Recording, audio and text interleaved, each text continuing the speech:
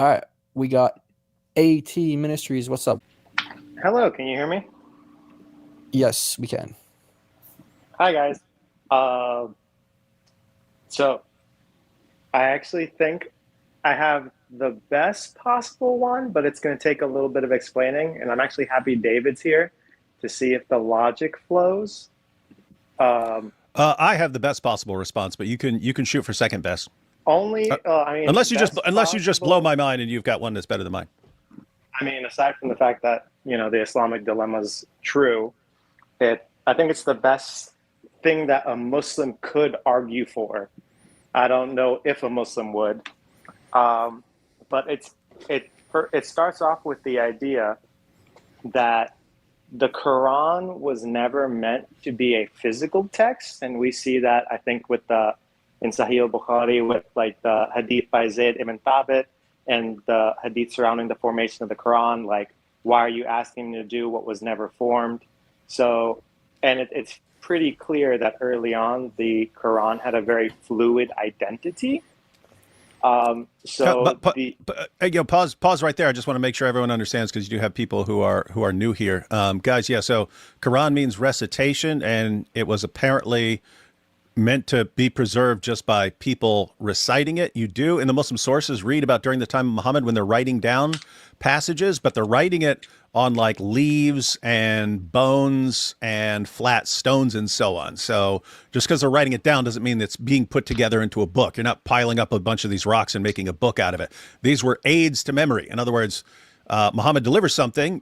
It's good if someone writes it down so that someone can take it back to his tent, and if someone needs to hear it again, then as they're in the process of memorizing it, they've got something written down and stuff. But the idea was that once you had everyone memorizing passages of the Quran, that was a good way to preserve it. Turned out to be a complete disaster. So after Muhammad died, they realized they had some problems, and they decided to make an actual book. So the reason we have the Quran today as a book is because Muhammad's way of preserving the Quran ended in complete disaster and ended up with large parts of the Quran being lost forever. So that's how we ended up with it in a book. So you're talking about the period when it was before it was written down?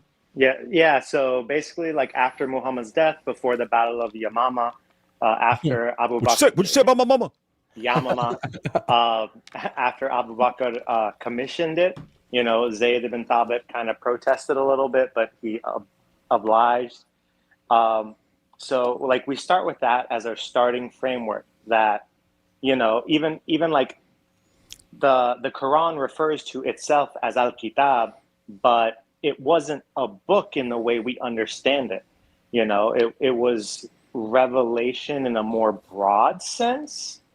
And it would later come to adopt the idea of like a physical book, or if you want to talk about like the book in Jannah, if you want to, you know, give them that benefit of the doubt. And then this is where, we have to start taking that logic and then superimposing it on like previous revelations. So like during the time of Jesus, you had this idea of the oral Torah, that the rabbis and like the Sadducees and Pharisees, held to and abided by and taught. And then very much, and I'm not throwing any shade on any church tradition, but like I would say like with the Catholic and the Orthodox faith primarily, I mean the denominations, they have this idea of, the traditions of the apostolic fathers and the saints prior to the written word. So the most charitable interpretation is when the Quran is talking about the Torah and the Injil, it is talking about the quote unquote oral teachings that, at least in the mind of the people at the time, like, because the Pharisees and Sadducees did say the oral Torah went back to Moses. I believe the Christians, or even heretical Christians at that time, would have said that their gospel that they were preaching, their Injil, would have dated back to Jesus and the apostles.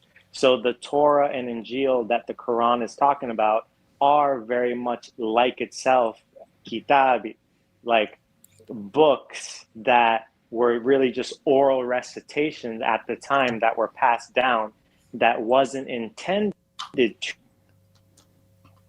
Oops. No, he cut out. Yeah. Okay.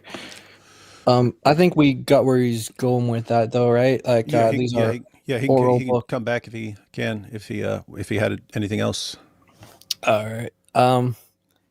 So until Are you back? you're back, At.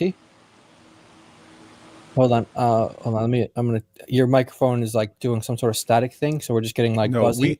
we know what's going on here. Junior has such a big following that he has his minions out there Hello. blocking signals. That's how powerful Did this something guy happen? is. Yeah, Junior got you. Yeah, Junior sent his. He's got some satellites, I can't and hear He he's sent his gens after you. yeah. So you were just saying that you think that these are orally. I can't hear you guys right now, so I'm gonna try and leave and come back if that's okay. I don't know if you guys. Okay, no problem. So yeah, he'll come back. All right. Yeah. By the way, we have a couple people here with your devices are not connecting. Reagan and Hamid, you guys need to connect your devices so we can bring you up eventually. But yeah. So this is basically it's similar to John Fontaine's argument that It is similar. Yeah. It is similar. It's different, but similar. Yeah. like it's And like I similar would say this one, it's not going to work, but if it's better than John Fontaine's, because you are actually providing evidence of something. So you can provide evidence that they're thinking of the Quran as something that's oral. And therefore you could say that maybe that's what the Quran is thinking about other books. And therefore it's talking about these other things. So it's actually stronger than John Fontaine's in the sense that you actually have a case that you can actually make. I'm so sorry, I cut out, so I had to leave and come back. I didn't hear a lot. Yeah, of we that. can hear you now. Yeah, you missed it. We completely destroyed your argument while you're gone. Yeah. That's what I thought. So basically, what I was going to say is that's probably the most charitable idea. And even when it talks about like the book in between your hands, it would be taken as an idiom of just that which is present at the time. And the real only issue with that idea is the same hadith you're using to justify that position. You have to disregard other hadith, like, you know, the Torah that they had with them in Medina and things like that. But we're already okay with understanding that they are more than willing to throw out some hadith and keep others, and we all know that these sciences are wrong. But I think that's actually the best argument that can be made. Yeah, so couple things. So yeah, you brought up the hadith. So guys, that's in Sunan Abu Dawud, where Muhammad's talking about the Torah. He tells the Jews to bring him a Torah, right? And he says to a physical copy of the Torah, I believe in you and in the one who revealed you. So that's some evidence that he's thinking in terms of an actual like physical book that the Jews have. And then you can say, well, if he's talking about, you know, the Torah and the gospel, but he's thinking of the Torah as a physical book, you can say that, you could infer that he's talking about the gospel that way. And you have 7:157 referring to the Torah and the gospel that are written down with them. So yeah, you have a few things, you have a few things you could go on, but the real issue would be if the Quran is just affirming the oral tradition, they would need oral tradition that somehow goes back to the time of Jesus that lines up with Islam. And we just have to see it. We just have to see some evidence that there's oral tradition, reliable oral tradition. We're not talking about something that someone made up and Muhammad thought was oral tradition. There'd have to be some sort of oral tradition that goes back to the time of Jesus that made it down to 7th century Arabia and lined up with Islam and not with Christianity. And that's the part, like, even if we granted everything you said, it's going to be similar to John Fontaine, and it's going to be like, trust me, bro, unless you have some evidence of it. But I think John Fontaine would say, well, it's in the Quran. That's the evidence that it was there and it lined up with Islam, because the Quran's talking about it as if it lines up with Islam, and therefore it must have been there, even if we have no evidence of this oral tradition that lined up with Islam. Yeah, the best they could do is find some sort of oral tradition that, in essence, would have been deemed heretical by the church. Like, I wouldn't think like Arianism or something, but there's probably some like heretical sect that they would point to that lines up with all of them. But then they would have to. You won't find one that agrees with them on all points. Yeah, so even and then they'd have to really argue that that's the historical Christianity. So then as they Oh, and then as they kind of pick and choose Bible passages of, oh yeah, this is right, they'd have to pick and choose from heretical sects. This heretical sect got this right. This heretical sect got this detail right. This heretical sect had the truth about this, and therefore, that's how we know which of these beliefs are true. And again, the problem here is, the Quran's argument is, hey, Jews and Christians, you should believe in the Quran because it's affirming what you guys have. And it would be very weird if it was this, oh, if you guys go out and pick among all these different heretical sects, you'll find these things that agree with Islam, and therefore Islam is true. And you should follow Muhammad. It's kind of weird and insane. In other words, that approach would appeal to no group. It wouldn't appeal to mainstream Christians. It wouldn't appeal to any of the heretical groups. If you're saying, hey, heretical group, you're right about some things and wrong about other things, and so you have to go to the other heretical group and find what they're right about and so on. That would be like the stupidest argument ever to any of these groups. The argument that the Quran is presenting for why we should believe in Muhammad, but that's the dilemma. It puts people in these weird positions where. Yeah, I've even been thinking of, like, should we even call it a dilemma? Should we consider it a trilemma at this point? Because it's either the Quran affirms books it contradicts. So the Quran affirms books it contradicts. So either the books are correct and then you don't agree with the Quran. Either those books are incorrect, so then the Quran is just affirming bad books. Or the third possibility, John Fontaine's, where it's like the Quran is affirming books that we have no evidence of before and after, and therefore Allah just can't preserve, and therefore Allah is false and the Quran's false. But then you wouldn't be able to, if you don't know what they say, you wouldn't be able to. You don't know if they affirm the Quran or deny the Quran, because you have no way of checking them. Yeah, they so still you won't lose. be able to test them. You won't be able to test the dilemma on those. Oh, by the way, just in regards to the written aspect, the best reputations you can give to that are, for example, chapter 7, verse 157, where it says that Muhammad is written about, the unlettered prophet is written about in the Torah and in the Injil, and then in chapter 10, verse 94, it says those who read the book before you, So they're reading something. This doesn't mean reciting; it means they're actually reading something. So those are the two arguments. And then, like David said, there's a hadith where Muhammad has a physical Torah that he believes, and he says, I believe in you, and he revealed you a physical Torah in his day. So those are the kind of, for people who want the refutations to that, because that does come up. Khalil Andani argues for that as well, that kitab doesn't actually mean book. And by the way, when Allah uses these types, like related verbs in the Quran, like we prescribed or we wrote for you about fasting, it's because in Islam they actually believe that Allah does have a book. He has the pen. The pen and an eternal tablet, this preserved tablet. So there actually is a, I don't know, metaphysical book. So it actually is a book that Allah writes in. So it doesn't actually argue against the points that we're making. It just, you have to understand what they mean in Islam. Okay, is that helpful, AT? We got some. A bunch of that was literally the best argument I got. So sorry, Muslims. Yeah, I know David Wood often is the only person that comes to bat for Muhammad, and I try to do the best I can for the Quran, but it didn't work out because we know no one's willing to argue for it. That's right, except for Junior. Yep, they can't defend it, so we have to defend it for them to be nice. I try to steel man it, but anyhow, God bless you guys. Have a good night. God bless you too. All right, we have Junior will be like, it contradicts. Therefore, it confirmed it. Yeah, exactly. You're like, what did you just say? It contradicts it. But it said it confirmed it. Therefore, my point. Exactly. And you do like a mic drop. Yeah, exactly. My point is correct. All right, let's see. Jakaya, welcome. Yes, Akaya. Can you hear me?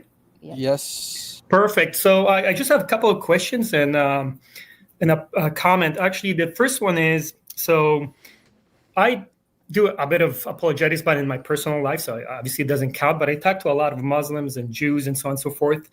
And the concept of Trinity always comes up, and I've been trying to come up with different ideas of what to say. And I've been using an argument that seems to really resonate with Unitarians and then Muslims especially, to help them understand. And it's basically saying, look, think of the government.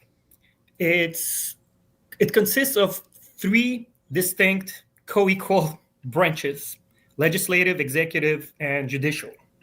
And they all have the different roles and responsibilities. So replace the word government with the word God, replace the word branches with the word persons, and replace legislative, executive, and judicial with Father, Son, and Holy Spirit. So you have one God, three persons, Father, Son, and Holy Spirit. And then it kind of connects with them, right? They kind of get the entire system like, oh, okay, I guess the Trinity makes sense, because otherwise you have to deny the American government, right? So I don't know if that argument would make sense on a larger scale, but in my personal life, when I have time to actually get into it, they kind of get it. So I don't know if that makes sense to you guys, or if there's any flaws with that argument to begin with. Yeah, well, it depends. So the basic rule is you have to be careful with analogies, and you just have to explain at the beginning what the analogy is meant to show, because at the end of the day, there's nothing like the Trinity except the Trinity. Right. That's God. God is in His own unique category. So I'm fine with an analogy like that. And I think it's good as long as you're clear on what you're trying to show. It's like I'm just saying, so you clarify to the Muslim, hey, I'm not saying this is exactly like the Trinity. There are very big differences between this and the Trinity. But since your main objection, guys, is something can't be one in one way and more than one in another way that makes sense. Here's an example of something that is one. It's just one government, and yet you have these three branches, and they all have powers and checks and balances on the other, and so on. And so do you believe that the U.S. government exists, or it's just a complete contradiction and can't possibly exist? And if no, that's exactly it. I basically say, look, it's obviously nothing compares to God, and governments are corrupt. Governments are imperfect because it's a bunch of people, but here it's perfect will. So I just simply say, look, if you can conceive of the idea that there's a government that can be made of three branches, basically, and each is government, right? Congress is the government, the Senate is the government, the president is the government. Then you can understand that Father, Son, Holy Spirit is the government. And I've realized that most of them basically have a very different idea. And that's when it helped me to see it is everyone else sees God as, let's say, the president. Christians see God as government, so to speak. So that's how I explain it. And it kind of clicks with them, where they still disagree, obviously, but it makes sense to them, and they don't really argue that point with me anymore. But anyways, I just figured to see if there's any flaws with that. But the second point is, and then I'll leave. But I think before you go on to the second point, I would just be careful. Yeah, like David was pointing out, be very careful with any analogies you make to the Trinity, and just be really clear with what you're saying and what you're not saying. But I think if you're careful with that, you can make an analogy and say, you can have a oneness, and within that oneness there's multiplicity. And if you word it like that and you say this is an analogy for that, then you could use it, but you got to be careful with how you do it. So one more thing. The analogies can be the analogies can be helpful in getting people to think, and so on. All the analogies break down and so on. But as long as you're using it for something like that to say, hey, you can't rule this out because you don't like the idea of something being one in one way more than one in another way. That is a good example for something like that. And so what you want to get to is, so you shouldn't be ruling something out because it's one in one way more than one in one way. What you should be asking is it true? Is it true? Did God reveal that this is true? And then lay out your case from the Bible that God is a Trinity, and then if they say your Bible's been corrupted, well, Islamic dilemma. Thank you. Last point, it's simply so obviously I follow a lot of things that are more on the AI side, and I realized that there's this new thing that all the apologists can really use. And basically there's like these different AIs that quite literally can take any video. So let's say, David, you make a video of 10, 20 minutes, and it literally does three things. Number one, it translates the video into whatever language. Number two, it clones your voice, so it really sounds like you're saying it. And it even changes your mouth to make it look like you're saying it. So you can actually make an impact in the Arab world, right? In the Muslim world, where now all the videos, instead of being just in the English Muslim world, they could basically flood the entire Arabic world with all your arguments. Obviously, you would probably need initially someone to make sure that it translates well, but it could literally be all your videos would be flooding the entire Arab world, right? So it would be pretty funny. People click on their video and don't even realize it's AI and think D Wood is just spitting hot Arabic fire on this. Oh my goodness, why is his Arabic perfect? Yeah, no, but it's again, it's like you can make inroads into the Arab world with those type of. I think one of them is called Synthesia, I believe. There's other ones, but yeah, you just upload it, have it maybe checked out if the Arabic is good, and there you go. You're making waves in that world as well, no longer just the English world. Hey, that would be cool for a lot of languages and stuff, but hey, we got DOC here. Every time I make a video, DOC could just make the same video in Arabic. Yeah, That would be awesome. Yeah, and only if we knew someone who spoke Turkish, if we could get it in Turkish as well. Yeah, except we the don't know Turkish any. person might be completely useless unless you're talking about Hatun, in which case it would actually be possible. but yeah, like I said, so far I believe there's like 32 languages, at least on one of the software. But yeah, that's something to consider, because then you can really be worldwide with all your videos, right? Every language: Spanish, Arabic, Chinese, whatever. So, anyways. There's actually a built-in YouTube feature where they actually will translate the audio. I've seen them do it. They enrolled this feature on a number of different channels. I don't know if you have to like apply for it, or if they just do it randomly, if it's like a beta or something. I'm not sure. I think they rolled it out for me. I just haven't done anything with it. Oh, okay. But yeah, that's something I have no idea how anything works, and so. But yeah, that's something. Right. That's something we'll check out here in the next couple months, and we'll see how it works. If you want to see an example, I believe your favorite person, Candace Owens, she actually uses it to reach out to the Spanish audience, and it's literally her voice, and she speaks Spanish, and it's like, oh, Spanish, yeah, Spanish is actually like crucial. You have a huge portion of the world who speaks Spanish, and there's been not a lot of effort to get apologetic stuff in. I mean, there's some and stuff, but when you think about the Spanish-speaking world, which is a huge portion, there should be a certain amount of effort dedicated to that, and it hasn't been anywhere near what it should be. But. Yeah. No. Anyways, so I'm not going to take up more time. Thank you again for everything.